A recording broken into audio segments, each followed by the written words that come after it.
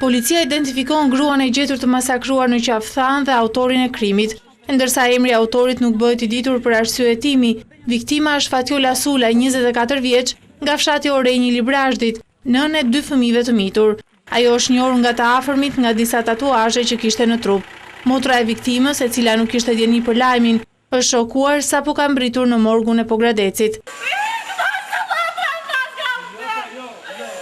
19 vjeçaria, motra e viktimës, tregon se Fatjola ishte divorcuar prej gati 2 vjetësh.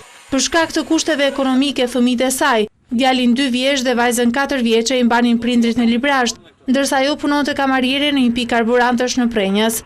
E tronditur, motra e viktimës thot se vetëm një ditë para ngjarjes është takuar me të. E kam takuar në pardje në darke.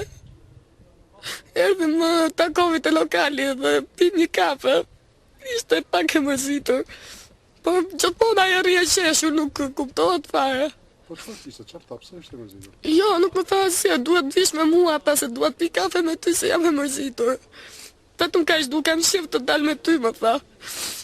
Edhe jo, ajo ishte ditë e fundit që erdhi më takovi. Sipas policisë, autori dyshohet jetë nga fshati Rajci i Prenjasit, ndërsa po punohet për kapjen e tij. Pak orë para ngjarjes kanë qenë punonjësit e pikës së karburantit, ata që vuan re largimin e 24 vjeçares me makinën e një personi, që nga ai moment ajo nuk është parë më.